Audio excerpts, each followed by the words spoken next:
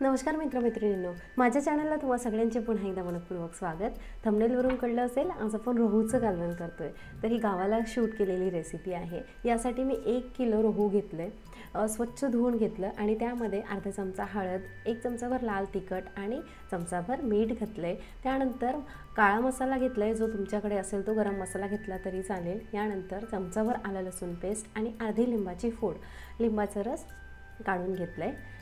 हे सगळे मसाले किंवा हे जे जिन्नस आहेत हे या प्रत्येक पीसला व्यवस्थित कोट करून घ्यायचं आहे, आपल्याला मॅरिनेट करून घ्यायचं आहे आणि अर्ध्या तासासाठी ही अशीच बाजूला ठेवून देतोय आणि तोपर्यंत पुढची तयारी करतोय, म्हणजे वाटणाची तयारी करतोय। यासाठी 2 टेबलस्पून धणे घेतलेले आहेत। हे आपल्याला अगदी 1 मिनिटभर रोस्ट करून घ्यायचे आहेत, म्हणजे त्यातलं मॉइश्चर निघून जाईपर्यंत। धणे झाले की चमचाभर सूफ आणि चमचाभर जिरे हे सुद्धा आपल्याला अशाच प्रकारे ड्राय रोस्ट करून घ्यायचे आहेत। त्यानंतर 1 चमचाभर तीळ घेतले, हे सुद्धा ड्राय रोस्ट करून घ्यायचे। याने सुद्धा ग्रेव्ही टेस्टी आणि थिक व्हायला मदत होते। तर तीळ पण भाजून झालेले आहेत। आता 1 चमचाभर खसखस सुद्धा अशाच प्रकारे ड्राय रोस्ट करून घेणार आहोत। खसखस रोस्ट करून झालेला आहे। खसखस झालं की यामध्ये 2 टेबलस्पून खोबरं घेतलंय मी, हे सुकं खोबरं किसून घेतलं होतं। तर हे सुद्धा आपण रोस्ट करून घेणार आहोत। सगळे सुके जिन्नस भाजून झालेले आहेत, तर ते मी एका प्लेटमध्ये एकत्र करून घेतलेत सगळे। आता आपण कांदे भाजून घेतोय। याच्यावर थोडंसं तेल घेते आणि 2 मीडियम आकाराचे कांदे मी इथे घेतलेले आहेत। तर हे सुद्धा आपल्याला गुलाबीसर रंगावर येईपर्यंत छान परतवून घ्यायचे आहेत।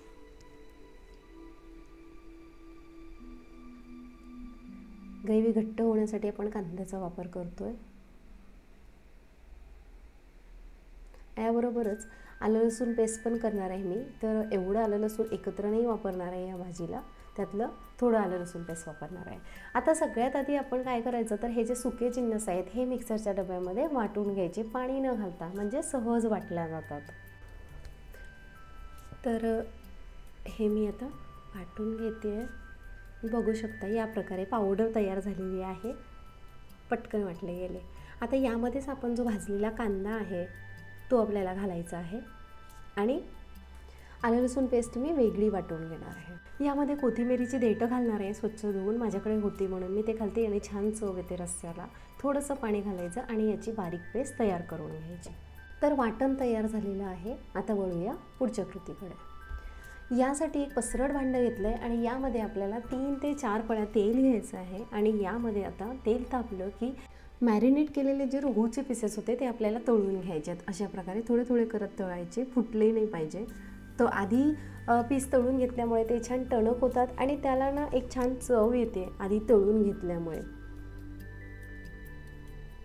तर अशा प्रकारे हे पीसेस मी थोडे थोडे करत तळून घेतलेत, बघू शकता।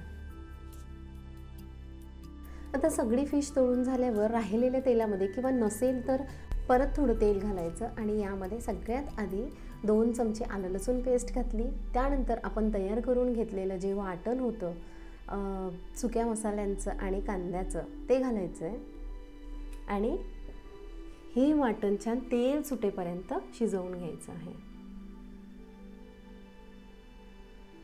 तेल सुटायला लागलेलं आहे। आता यामध्ये हळद, लाल तिखट चवीनुसार कमी जास्त घालू शकता। त्यानंतर धनेपूड 1 चमचाभर, जिरेपूड चमचाभर आणि गरम मसाला घालायचा आहे आपल्याला अर्धा चमचा। आता यामध्ये मीठ घालायचं चवीला। परत सगळे मसाले मिसळून घ्यायचे। थोडंसं पाणी घालायचं, गरम पाणी घालते मी इथे। छान मिसळून घ्यायचं एकत्र। यावेळी गॅसची फ्लेम अगदी लो ठेवायची। परत थोडंसं पाणी घालते आहे आणि आत्ता हे मसाले आपल्याला पाण्याबरोबर छान 2 ते 3 मिनटं शिजवून घ्यायचे आहेत, म्हणजे ग्रेव्हीला चव चांगली येते, मसाल्यांचा कच्चेपणा निघून जातो।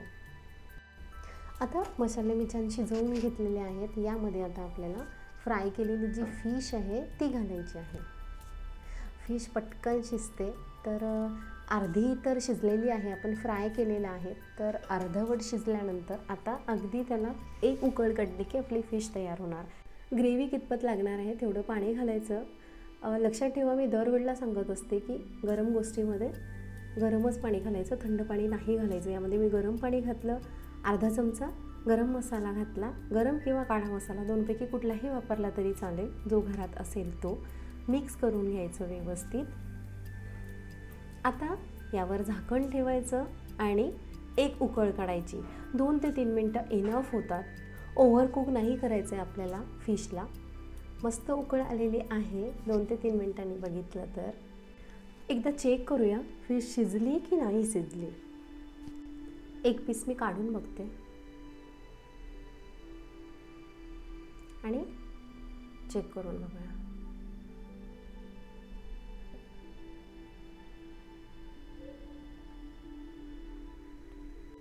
व्यवस्थित शिजलेली आहे. आता यामध्ये भरपूर अशी कोथिंबीर घालायची आणि आपलं रोहूचं कालवण खाण्यासाठी तयार आहे.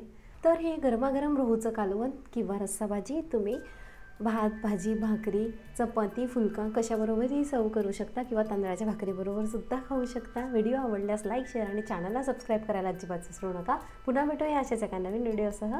Bye bye.